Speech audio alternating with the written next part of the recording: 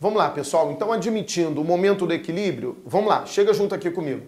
Me ajuda a escrever a expressão da velocidade da reação no sentido 1 e no sentido 2. Vamos lá. Velocidade da reação no sentido 1. Lei da velocidade, aquela aula de cinética. V igual a K, não é isso? Vezes a concentração dos reagentes em mol por litro elevado a um expoente, que é a ordem da reação. Admitindo que as reações aqui são sempre elementares, vocês entendem que a ordem da reação corresponde aos coeficientes de balanceamento. Então vamos lá. Velocidade no sentido 1 é igual a constante da velocidade no sentido 1, que eu vou chamar de K1, vezes a concentração dos reagentes no sentido 1. H2 elevado à primeira ordem, vezes a concentração do Cl2, também elevado à primeira ordem.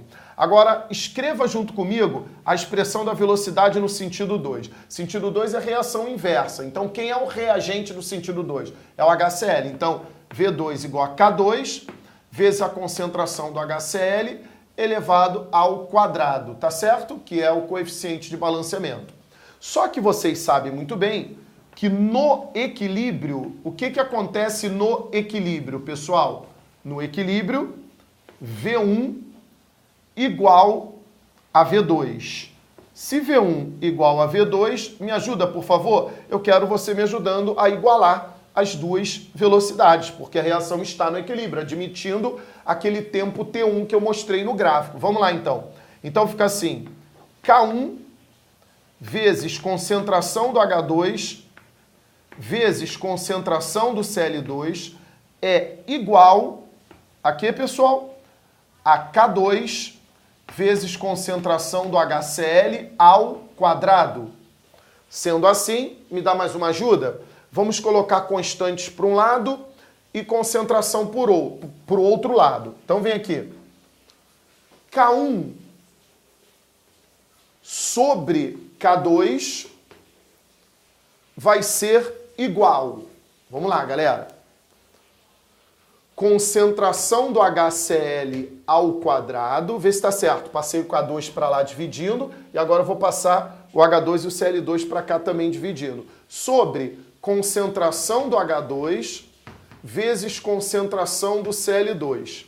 Tá observando aí o que eu estou fazendo? Tá fácil, né? Então vamos lá. Primeira conclusão. A razão das velocidades K1 e K2, que é a razão das constantes de velocidade nos dois sentidos, a gente passa a chamar a partir desse momento de Kc. É daqui que surge a chamada constante Kc. E o que é a constante Kc? Constante de equilíbrio. Por que de equilíbrio? Porque nós admitimos V1 igual a V2.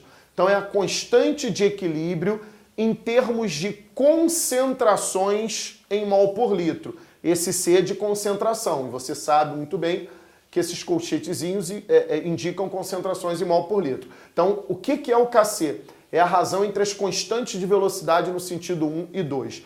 Generalizando, o que é o Kc, pessoal? Se alguém pedir para vocês calcularem o Kc é concentração. O que o HCl é na reação? Vamos generalizar agora. O HCl é o produto da reação. Então, concentração dos produtos sobre a concentração dos reagentes. É isso? Beleza? Então observa. Aí alguém costuma fazer a seguinte pergunta para mim. Pô, Marcelo, olha só, você disse que o HCl é o produto e o H2 e o Cl2 são reagentes. Mas depende. Se eu olhar a reação de lá para cá, eu posso enxergar isso de forma diferente. Muito bem, tá certo. E é por isso que toda vez que alguém escrever para você uma reação reversível, você em tese tem essa dúvida.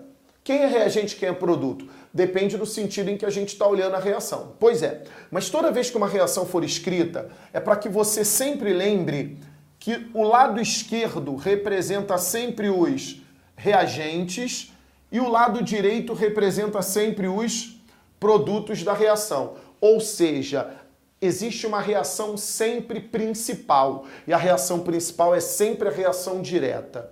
Tá bom? Então a reação de síntese do HCl é a principal. Porque se ele quisesse que a principal fosse a decomposição do HCl, ele colocaria o HCl à esquerda e os gases H2 e Cl2 à direita, tá bom? Para não ter dúvida, se a reação é escrita desse jeito, é para você pensar o lado esquerdo como reagente e o lado direito como produto. Ou seja, a reação direta é sempre a reação principal.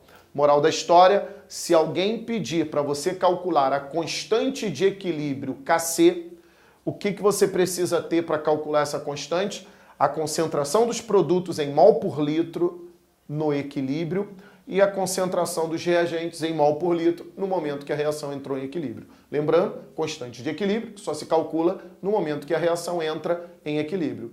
O que nós vamos fazer agora? Vamos dar mais um pouquinho de conceitos e daqui a pouco a gente vai começar a calcular o Kc, das diferentes maneiras que podem aparecer numa questão, tá bom?